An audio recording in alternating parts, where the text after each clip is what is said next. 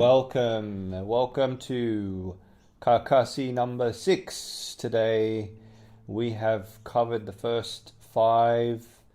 If you haven't joined for the previous ones, this is just a quick overview. Number 1, lots of scale playing, talking about changing keys. You can change keys by altering the scale to be a different scale, essentially. What the effect of each key is. We have the staccato.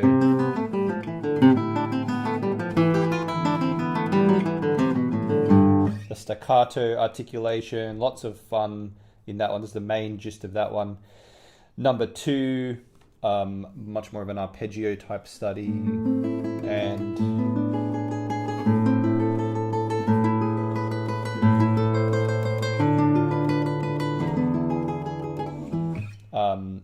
analyzing the chords is a bit easier with that one because every measure or every 2 beats or so is pretty much a chord there.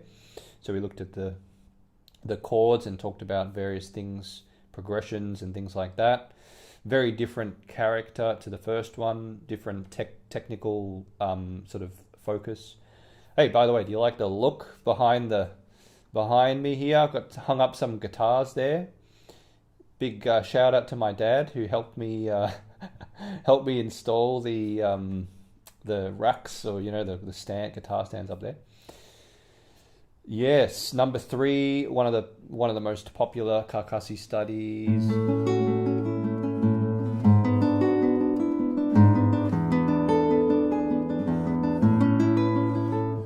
We have the arpeggios with the melody on top.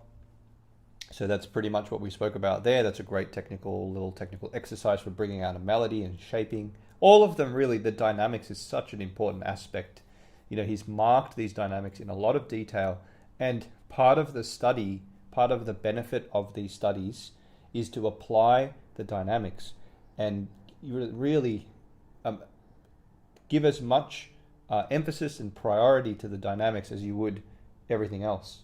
Anything else, cleanliness, rhythm, technique, fluency, dynamics. Put that in the equation too, right? Really important to add the dynamics in. Number 4, we have some kind of rapid slur passages.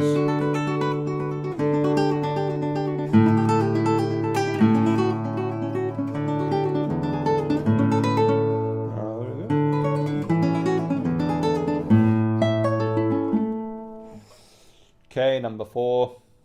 Number 5 is the last one we did. We talked about broken intervals. So we talked about the intervals 3rd, 6th, octaves, and 10ths, and how they are central to counterpoint. So if you're writing multiple melodies at one time, contrapuntal music, polyphonic music, like in the style of Bach, for example, you can use these intervals as your starting point, 3rd, 6th, octaves, and 10ths. So lots of guitar instruction, method books, studies, focus on these intervals, because if you get fluent at playing these intervals and knowing these intervals, it's fantastic for your knowledge of harmonization, counterpoint, polyphony, and various things like that. Also chords, fretboard knowledge, great stuff. So it sounds something like...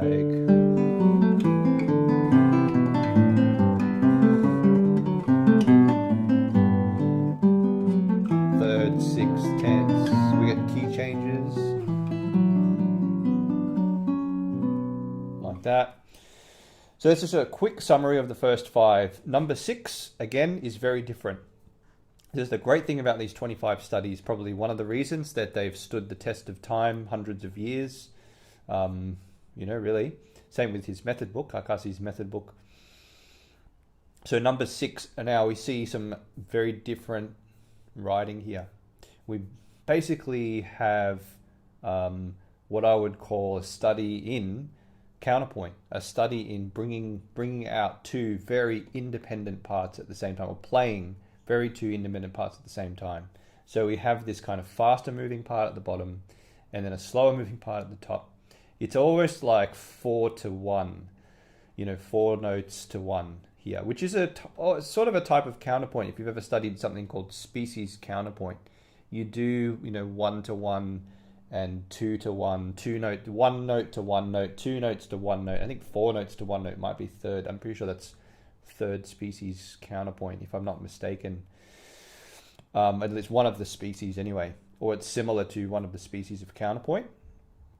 So that's really neat. And then in the second section, Carcassi sort of flips them around. So then you get the 4 at the top, 4 notes to 1 in the bass, right? So that's, in a nutshell what's happening. And then he flips it around again here. Then we get the 1 to 4 to 1, 4 in the bass, moving part in the bass. And then he sort of swaps it around here. You can see we have this this kind of imitation or call and response here. And a very intentional dynamic placed right on that note, because this is the end of the previous phrase.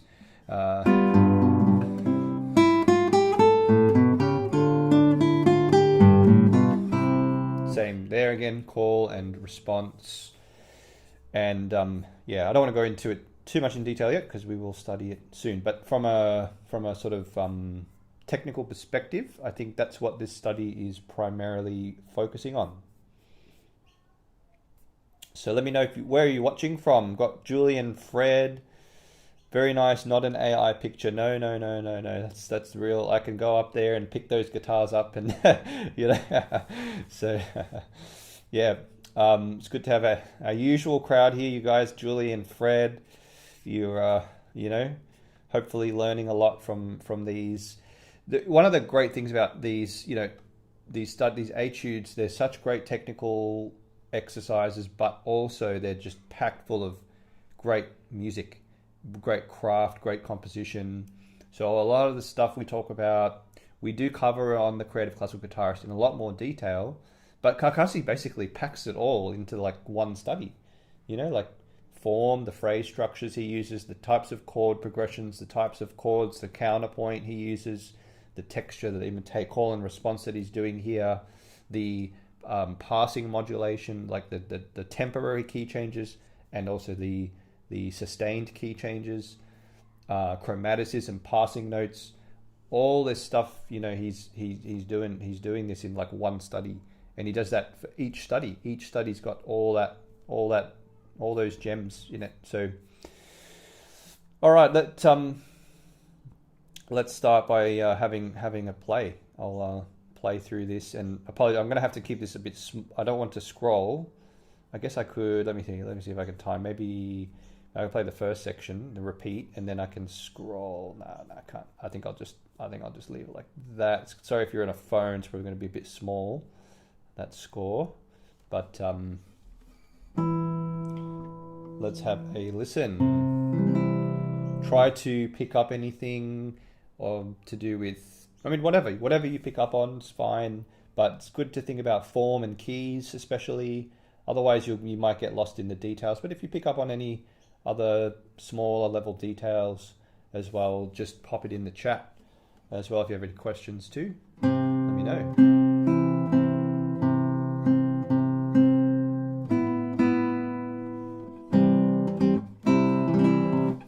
Okay, here we go.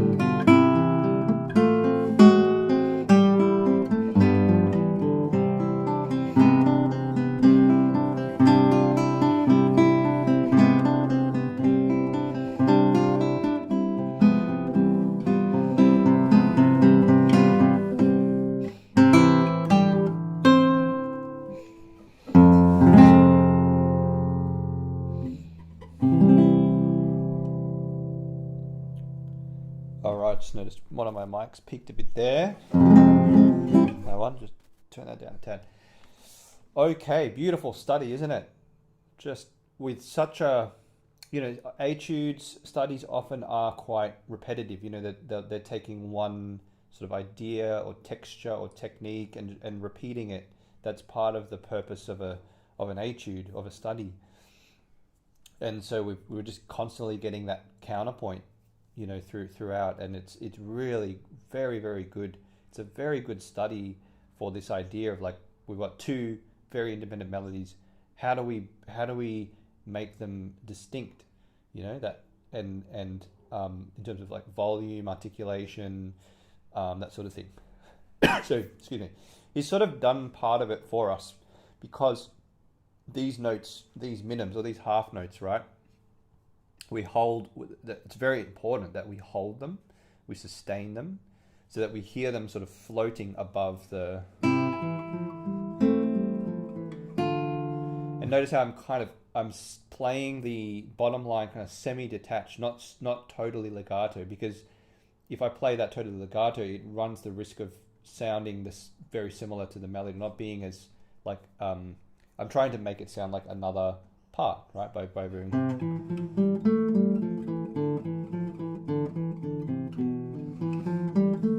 But it's got its own shape too. If you play, this is a great thing to do here. Play each part on its own.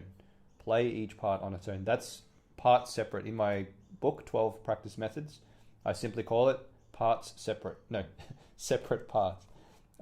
So separate parts. Very good thing to practice in this, especially in this type of,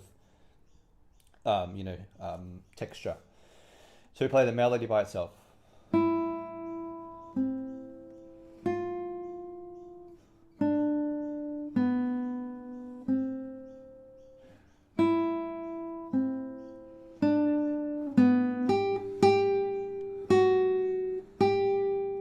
Okay, so the first 8 measures there, and I think we're getting probably a parallel period. We'll get a little bit into the phrase structure now.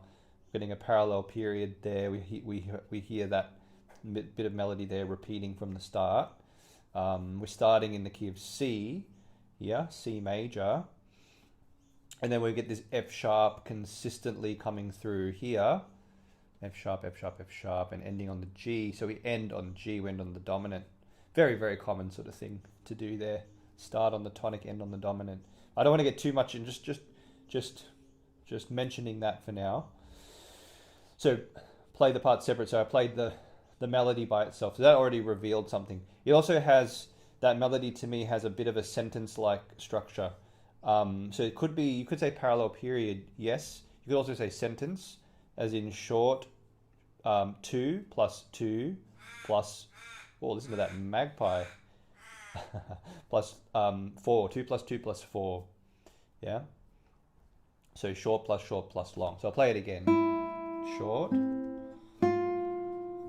short, and then long.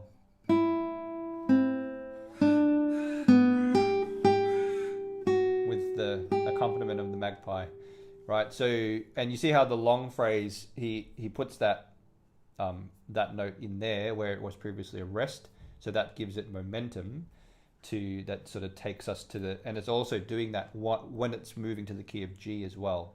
So great composition, great composer, Carcassi.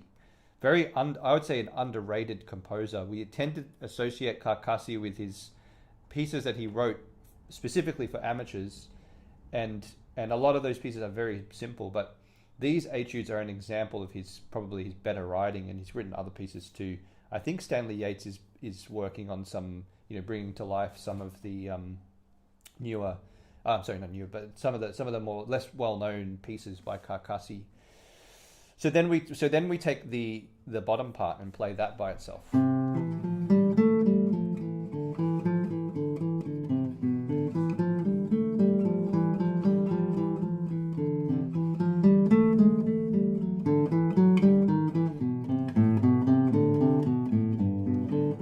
Really like 2 guitar parts in one, isn't it? So then you put them together.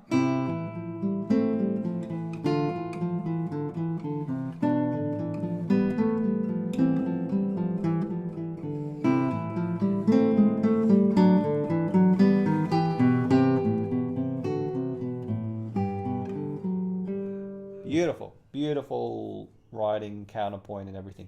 Let me check. I haven't checked for questions or anything. Fantastic ternary. Okay, so yeah, we talk about the form.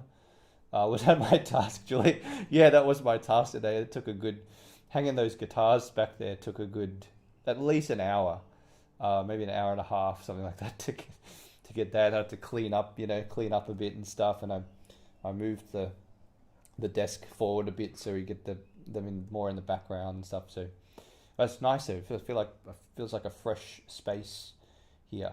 Yes, so we can play that bit staccato. We've got that legato, beautiful melody on top. Fantastic. So it's very difficult to do that consistently, to control the volume, to get different articulations at the same time is very challenging. It's very challenging to do that. I had the good fortune of studying with a pianist for quite some time, Dr. Donna Coleman, and that absolutely changed my whole outlook on playing guitar.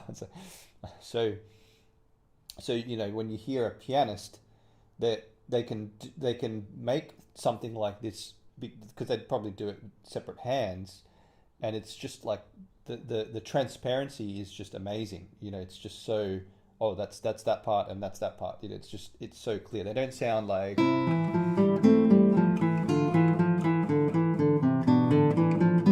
don't sound like the same thing. They sound like two very different parts. So that's the goal, I think, with this. That's the main goal of this study. And then the parts flip around here. And so this is the B section. I think Fred was spot on with the comment about the form. A, B. Yeah, A, B. Yeah, so A is repeated and then B. But then I think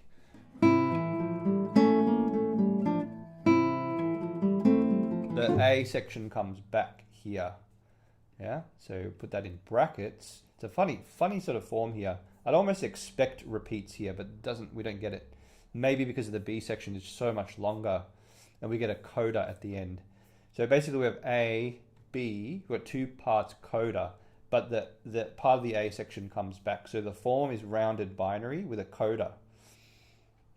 So the form is A, B, A, returns, and then coda. That's our form. So that comes back there, and then probably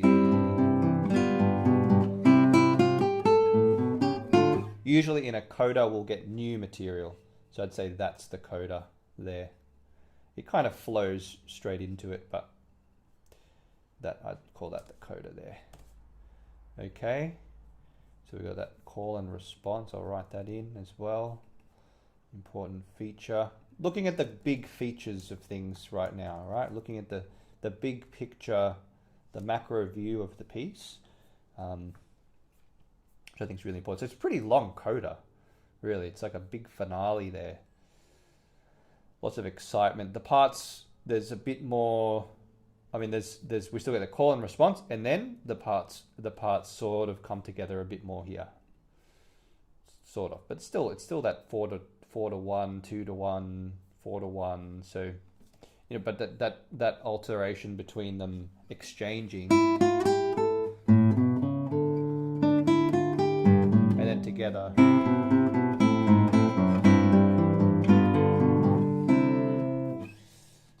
So that's kind of what's going on in the coda. All right, so we've got our form. Now we want to think about keys. So this is going to be similar to study number 1, where we had lots of scales. And instead of thinking too much about chords, we want to think about keys. What keys are we going to? And because it's counterpoint, we want to think about intervals more than chords. The chords are a coincidence, right? Coincidence of the counterpoint in this case. So let's start, or we should look at phrase structure first. Let's continue with our phrase structure, and then we'll yeah, that's the next step. Okay, so phrase structure. So I'm seeing this looks quite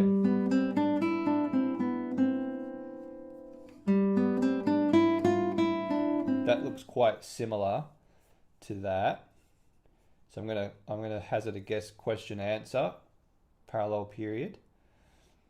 The bass is quite, so it starts on the B as well there. So, and then 1, 2, 3, 4, and then we go back to the A, and then back to the A section. Okay, that's pretty clear. So at the same time, we could look at keys as well. So we're starting in the key of C,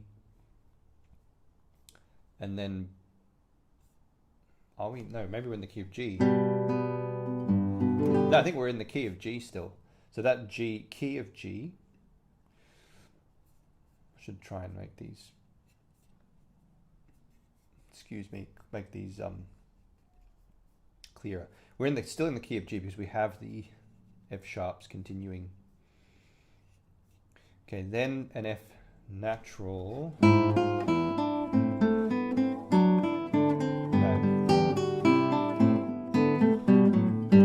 So actually in the key, the global macro key of G major up until this point, then we go back to the key of C here, where the A section comes back. But Carcassi gives us these little hints of other keys. We get this like this G sharp going to the A, so that's hinting at A minor, pulling us to A minor a bit more. And so is this one, this G sharp with the F natural. That's also pulling us to the A a bit more. So we get those hints there, and then we go back to C major.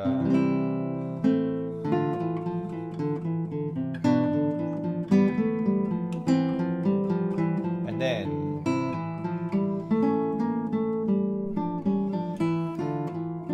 hint of B flat, C sharp.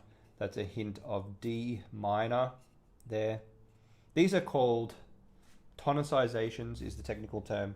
I prefer the term passing modulation or temporary key change or temporary modulation, but I like the term best, passing modulation, because it is, in a sense, that's what it's doing.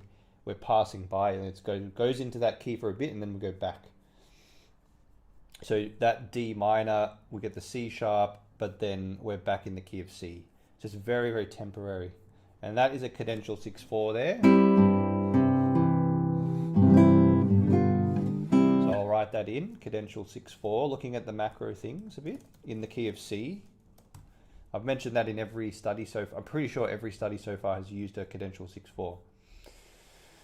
How do you identify coda? Good question. It's not written anywhere. How do you identify coda? It's a good question. It's partly to do with proportion. So like I could just tell that if this is B all the way back here, that would be a huge B section if it went all the way to the end. It's a bit out of proportion to the A section, but then yeah, that's one thing. Another thing is it's new material, and codas typically have a feel to them, like they are about to come to an end. There's a feeling of usually like maybe dotted rhythms or more exciting sort of passages, repetition. There's usually a lot of repetition in codas, so there are just some clues there. So yeah, so D minor, cadential 6/4. Then we're back in the key of C, but then a bit of that hint of D minor again, because we get the C sharp pulling us to the D, and then back to C. Now these notes here, I just call them chromatic neighbor tones. These ones, they're not indicating a change of key. And then we get that cadential 6/4 coming back again. And this, it definitely is a repeat of that. So then this is probably a question, and this would be an answer in the coda. 1, 2, 3, 4. 1, 2, 3, 4. And then we get a new phrase. And then I'm seeing this B flat over here.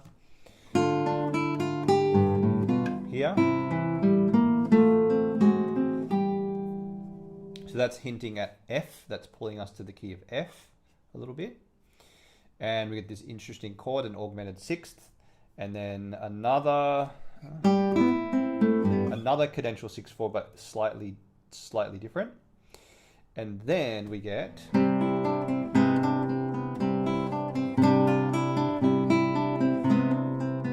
2 2 plus 2 plus probably 4, I'm guessing. Probably a sentence at the end.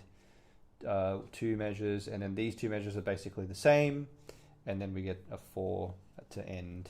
So 1, 2, 1, 2, 1,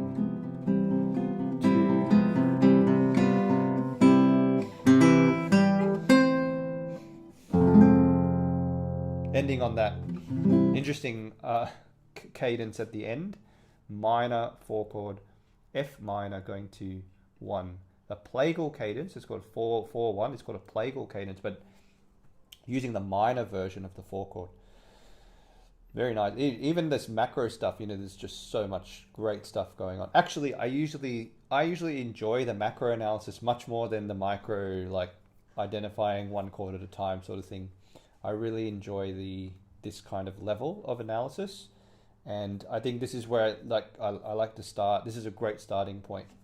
And there is a free analysis guide you can download in the video description. There's a link to that, and that gives you a lot of these features and structures that we find in music, like the different types of form, the different types of phrase structures, like sentences and periods, and also the types of harmonies that we tend to find as well. Oh, I feel like that's already so much. Well, let's go to the final step. So looking at the more detailed sort of harmony and stuff. Any more? Coda is like a long finale. Yeah, it's sort of like a long finale, especially in this case. This is a particularly long coda. Some codas are 4 bars. Sometimes they're like 1 bar. It's just like a chord, you know. Sometimes that can be a coda, like just tagged onto the end. Could be 4 measures, could be 8. But this one I think is 16. If I'm not mistaken, 4, 8, 12. Yeah, this would be about 16. 1, 2, 3, 4, 5, 16 or 17 measures, I think, this coda. So the next thing we're going to do is attempt to ascribe some harmony, some chords to this. As I said, it's kind of a coincidence of the counterpoint. So you're sort of thinking this way and this way at the same time. To me, this is one of the things that makes great music, is that both dimensions or directions are well conceived. You know, the harmonic vertical and then the linear sideways, counterpoint. So if we, like we spoke about last week, the intervals that when they occur together are very important. Do you remember what they were? I'll give you a minute to remember if you were here last time or if you already know. And I'll check the chat. I'm going to get the chat going on my phone while I'm doing this. Do you remember what intervals? What are the important intervals in counterpoint? Important intervals in counterpoint.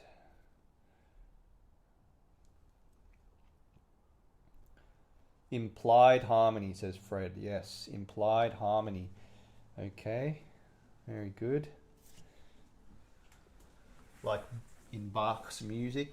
Here we go. Julie's got it. 3rd, 6th octaves and 10ths. Perfect. 3rd, 6th octaves and 10ths. And Fred's got it as well. Great students here, Julie and Fred. Oh, Fred takes notes as well. I know Fred's got probably a notebook that's I probably should purchase from you, Fred. Huh? You sell that notebook to me? I can use that. I can use those notes in CCG, I reckon. Okay, so 3rd, 6th octave sense. Let's test this out. So that means each one of these, what is it? Is it going to be a 3rd, a 6th, an octave, or a 10th? I can just from a quick glance, I can say most of them are. There are some that are not, but most of them are these intervals. So this is a 10th, that's a 3rd. So C to E plus an octave, C, D, E, F, G, A, B, C, D, E is a 10th. And then A to C, A, B, C is a 3rd. And then D to F plus an octave is a 10th. And then that's a 10th. And then that's a 3rd. And that's a 6th. And you can actually play. Julie said you might need a code to decipher it. Yeah. Probably better than my my handwriting's terrible. It's probably better than my handwriting. It's unreadable. So if I play just those notes together, you'll hear the sort of the skeleton of the music, which.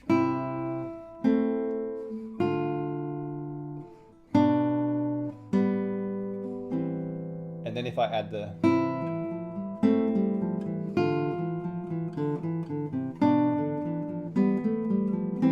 So basically that's that framework, let's say framework, skeleton, I don't always like the term the skeleton, the framework of it. The framework is so important. If the framework is strong, if the framework is working well, then the notes in between don't matter. Like I could change those notes.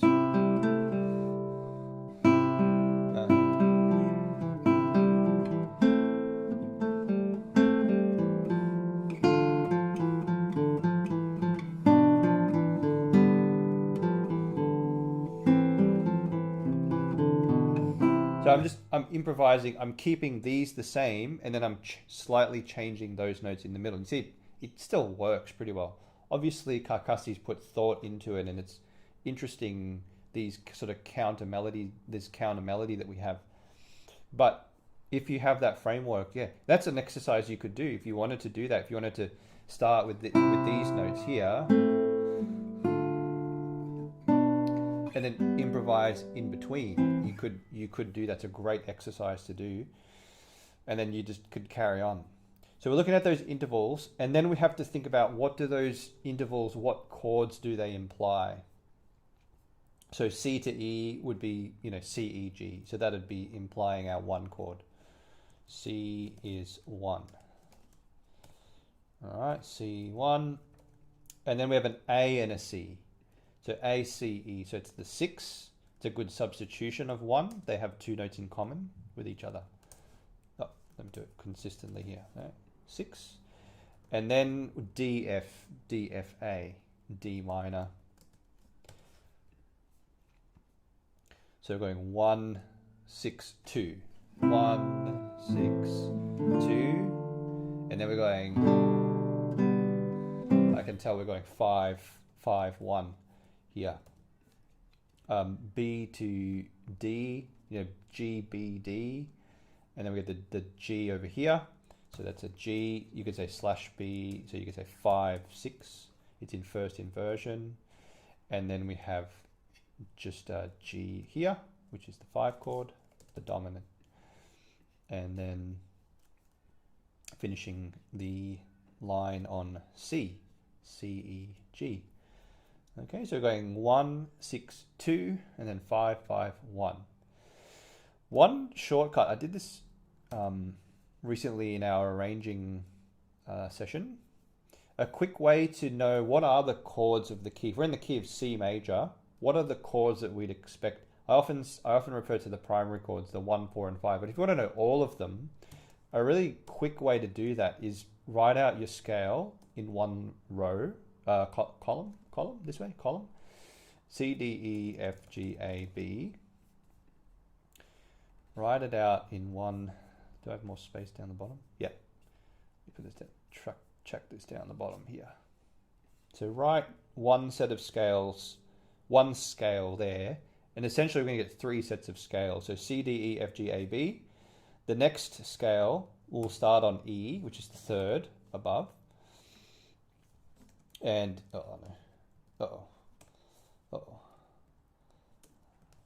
sorry. So we start on E, which is the 3rd above, and then below that we get F, and then G, and then A, B, C, and D. So that's another set of scale, E, F, G, A, B, C, D. And then we do it a 3rd above again, we start on G, and then each note is going up a letter. G, A, B, C, D, E, and F. So G, A, B, C, D, E, F. So now we've got all of our chords there. It's easier to think in scales than it is to jump in thirds typically for most people. So that might be a handy way to think about it. So now you've got your 7 chords, and then this is chord 1, which is always going to be major. This is chord 2, which is always minor. Chord 3 is always minor. Chord 4 is always major. Chord 5 is always major. Chord 6 is always minor. And chord 7 is always diminished. Okay, so then the primary chords, then you can highlight the primary chords, the 1. Not all of them. The 1. Okay, it's not letting me. Okay, I'll italicize them. Or I'll unbold them. There we go. And then I'll bold. Hopefully this will work. We're going to bold them all, isn't it? Okay, for some reason I cannot. I'll put a little star next to them. How about that? Primary chord, primary chord, primary chord. Okay. So those are the primary chords. Great exercise. You do that in a few keys, right? Major and minor. Do that in a few different major and minor keys. And I mean, I prefer practicing these types of things, but in terms of theory, pure theory, that's a good quick way to get a grasp of the different chords in each key, right?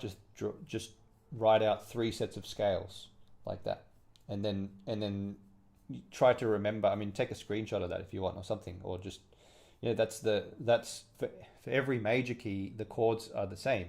1 is always major, 2 is minor, 3 is minor, 4 is major, 5 is major, 6 is major, 7 is diminished. Okay, so where were we? So we're talking about those chords there, the notes that occur together. So then we have C and E again. So that's a C major, that's an A minor again. That's our parallel period. It's repeating the first bit. That's the first bar, and then this bit, bar 5. Slight variation from that one, but it's the same melody, it's the same harmony.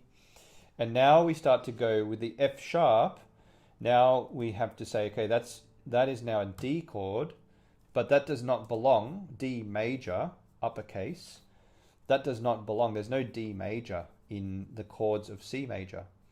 So we have to say, where does this chord come from? It's the dominant of the dominant. It's called a secondary dominant, or what's the other term? I like to call it a gateway chord, but you can call it a secondary dominant, meaning a dominant from another key.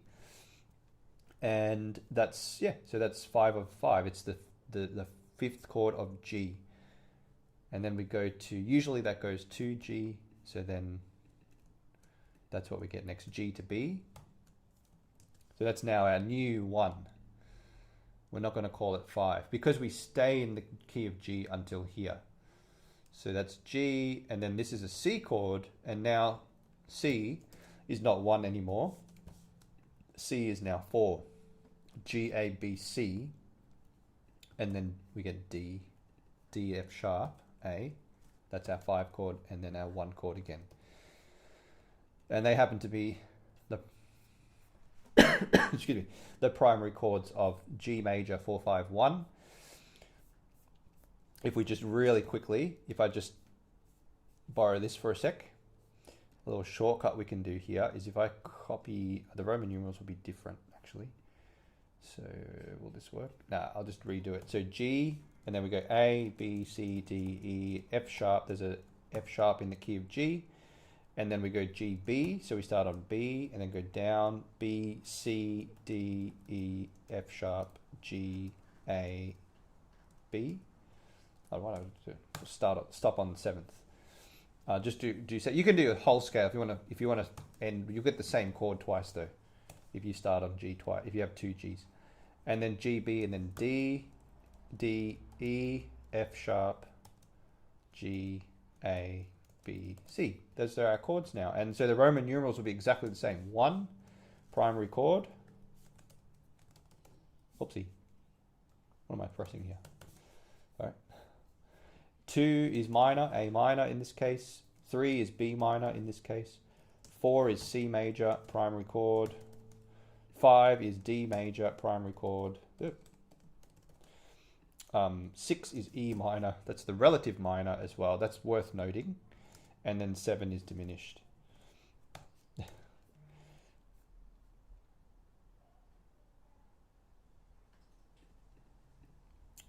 So 6, that should be, that's the relative, call that relative minor. And yes, I'll have to move that across. So that's the relative minor. And then chords 2 and yeah, well, that's enough. That's enough information. I don't want to go into more detail. I can talk about chord substitutions as well, but that's, you know, that's a really great way to, you know, if you know the chords, you know what the primary chords are in the relative minor, that's really good. But then the rest of them, 2 tends to substitute for the 4 chord because they share 2 notes in common, C and E. They share those notes in common, so they tend to be like interchangeable, 2 and 4, and then 7 and 5 tend to be interchangeable because they also have 2 notes in common. F sharp and A are in common there. So they're also interchangeable. Okay. Now, where were we here? So we've done our first section. Now we're at, so now that's the A section done. Then the B section, we go to we stay in the key of G. The parts flip around. So now G. Now we have an E and a G. Now this is where having some sort of reference like this, if we have an E and a G, there's only 2 possibilities. It could be a C major chord or an E minor chord. Now, when we see those 2 notes together. So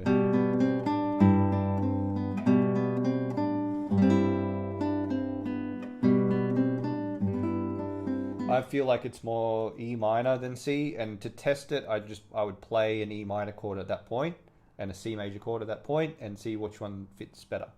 So that's E minor, which is the 6th chord, and then we go to the A, C. So then we can go back to A and C. What notes have A and C? It's either 7 diminished or 2 A, C, E. So I'm going to say that's 2 A, because A is in the bass as well. That makes it stronger. A minor, that's the 2 chord. And then we have D and F sharp. So I could go here. D and F sharp is, D is in the bass, so it's most likely going to be a 5 chord, right? So you could use that as a reference. I won't reference that anymore because it's a bit slow for me. So 5, and then the F sharp there comes in. So that's D in first inversion, which we say 5, 6. And then we go back to 1, G and B. So I'll play that little progression.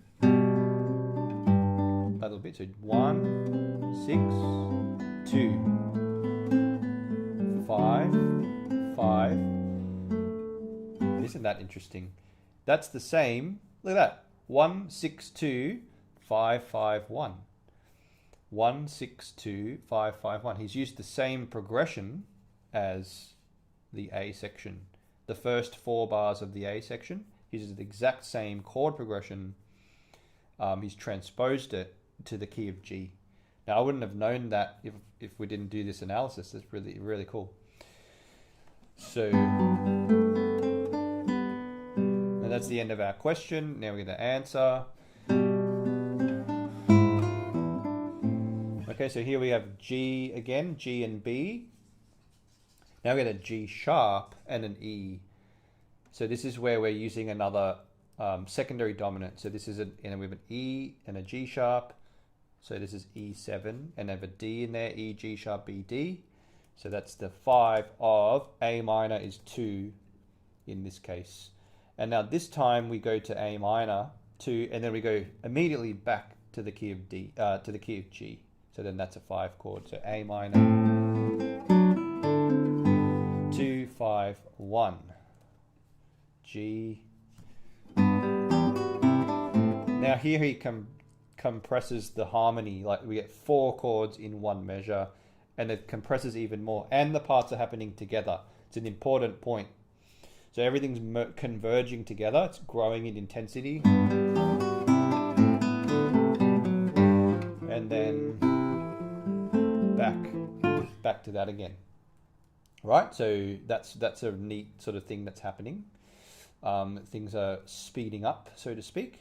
So G, so then E minor there, E to G, and then C, That's our 4 chord, which we haven't seen for a little while. 4 chord in the key of G, C, and then a 2 chord, A minor. So going 1, 6, 4, 1, 6, 4, 2, and then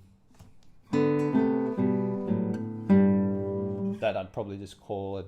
I mean, you could say that each one is a chord.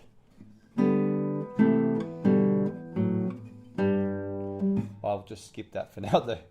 Too much, because we're starting to run out of time. Then he does a really clever little trick. That G major, we get the F natural come in, which turns it into a G7th, which is now the 5 chord of C, back to our original key of C. We could say 5 of 4, 5 of the 4th chord of G, so the dominant of C, and then we go to, oh, excuse me. We go back to, excuse me, I need some water. We go back to this here, so I can pretty much copy and paste these chords: C, A minor, D and F, D minor, it's up the top there, and then that's the same. So he's repeated the first 4 measures of the A section, as you can see now, the same chords coming back, and then this is the same, but then he goes off into something different here. So now this is another secondary dominant. So A to C sharp is an A chord. So we get an A chord, A major, which again that does not belong to the key of C major. That's what these Roman numerals are there for.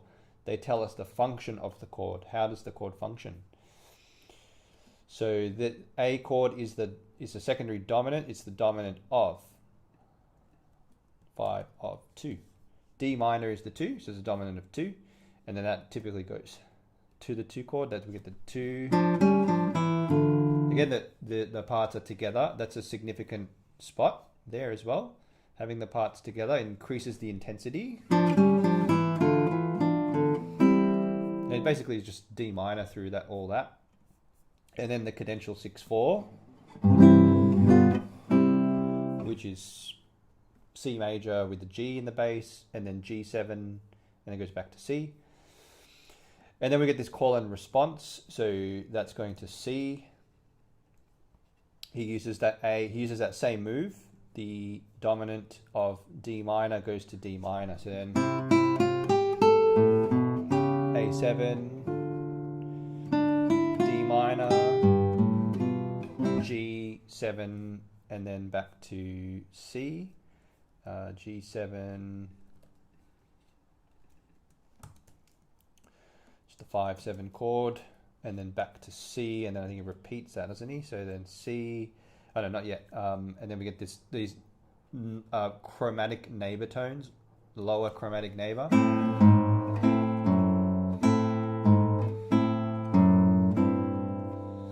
Really nice.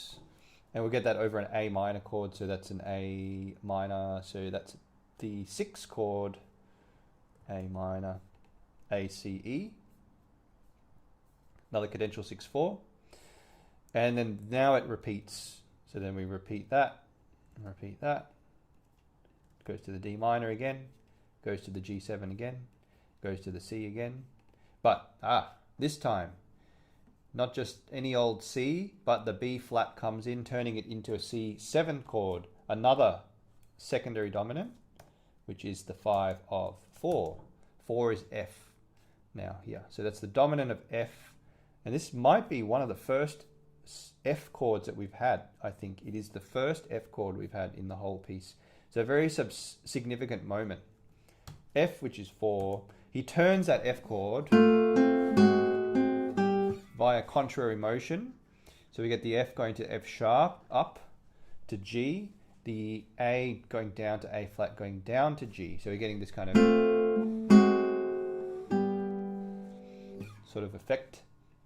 And the chord that's producing there is called an Italian augmented 6th chord. I'm not going to go into the details of that, but it's called an Italian augmented 6th chord. Essentially, okay, I said I wouldn't go, but just do it quickly. You take your minor chord, which in this case, your 4 chord, which is F, but you make it minor.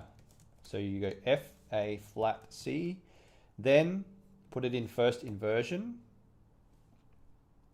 A flat, F, C, and then raise the root note of the chord, which was F. You could do that at the start too, if that's easier. And that's our augmented 6th chord there. And those are the notes that we have, exactly. A flat, C, and F sharp. Very striking chord, eyebrow raising chord, right?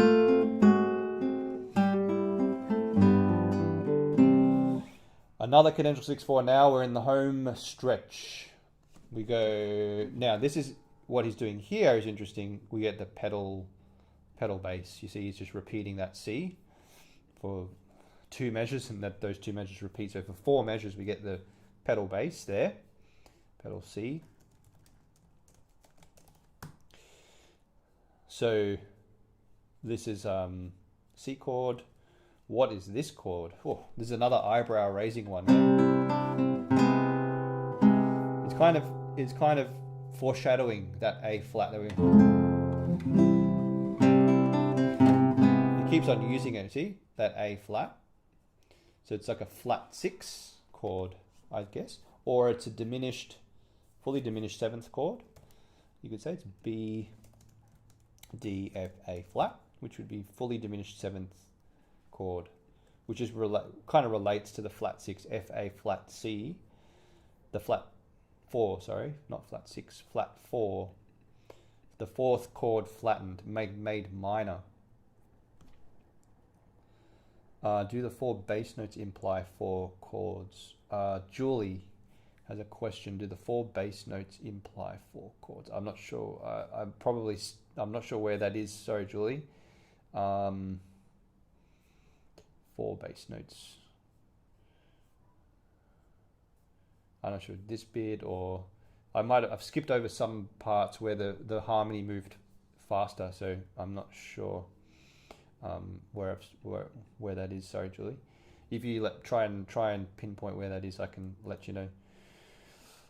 So that's B fully diminished, and then we write 7th, which is the 7 diminished chord. 7 diminished 7, and then he goes back to C, and then that's the 5 chord here. The 5 chord, G7, 5, 7, and then he just repeats it. So we're going like.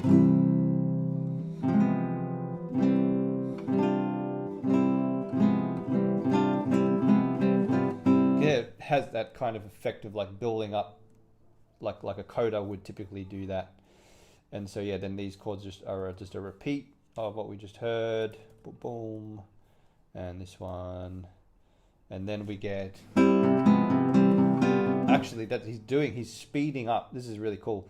These 2 measures he condenses into 1. So that also has the effect of building up tension. So these 2 bars here, he condenses those chords into 1 measure. He's basically speeding up the rate of change. So then we get that. I can't fit all this in here. I can't try. No, I can't do it. Yeah, maybe like that. Maybe like that. And yes, the cadential 6/4, Julie said, sort of resets things. Yeah, it's kind of preparing us for the end, for the coda. Yeah. And then he goes G7. Really cool. And then he repeats that. So he condenses what was 4 bars into 2. So it's just a repeat. And then just ends on the C chord and then F minor. Now, a very unusual F minor, which is minor 4 to 1 to C. And there we have it. There we have it. Great study.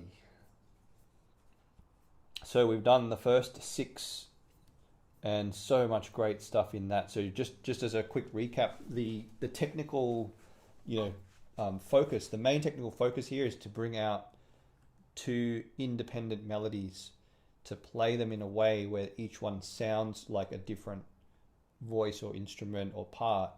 And we do that via dynamics and articulation primarily. So the melody at the top, we play that louder, we play it very sustained.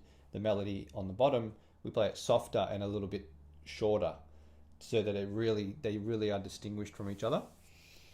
That's the main thing to work on. And then there's all the great stuff like the dynamics, the key changes, phrasing, things like that, to bring out all the shaping. And one of the great ways to do that is by separating the parts. Play the melody by itself, the top part, and then play the bass, play the bottom part by itself, and then put them back together again.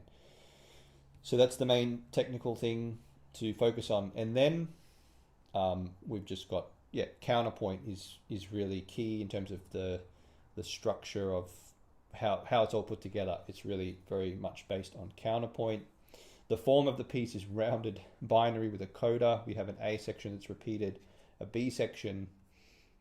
It's very short actually. It goes back to A, and then it's to the coda. But the reason it's not ABA is because this A section is different to the first one. If this A section was an exact repeat of the first two lines, we could say it's ternary form ABA. But because this is different to the first two lines, we'll say it's A, but in brackets it's a variation, and then a coda. Okay, so I'll play it now that we've discussed all that and you get a quick summary. I'll play it. Maybe I'll have to zoom in this time and scroll. No, I'll play it through. Here we go, one more time, and hopefully now you can absorb and think about some of these things that we've covered.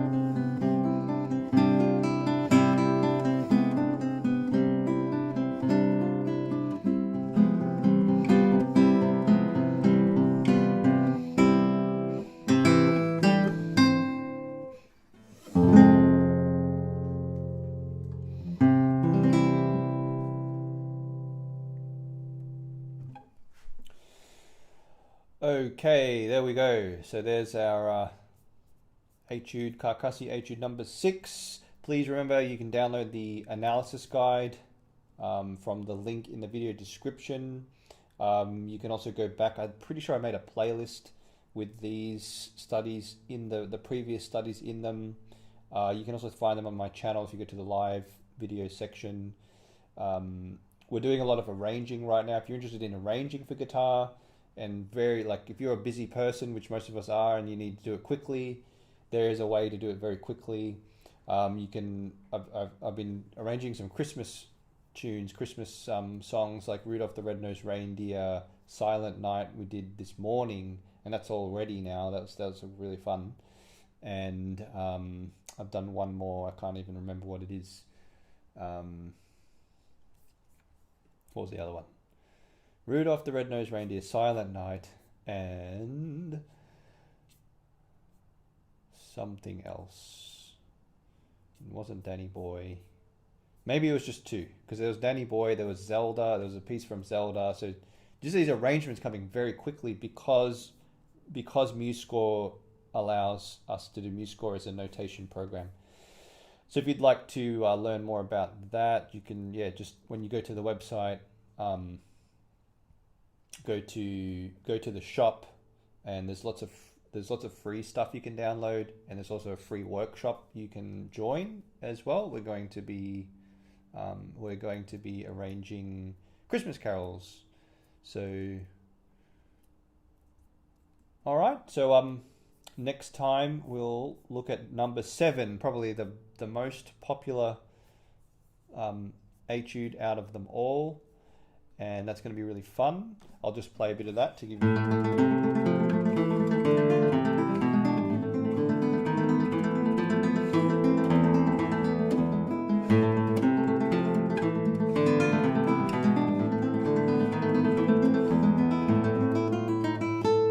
Great, study more about arpeggios and that sort of thing.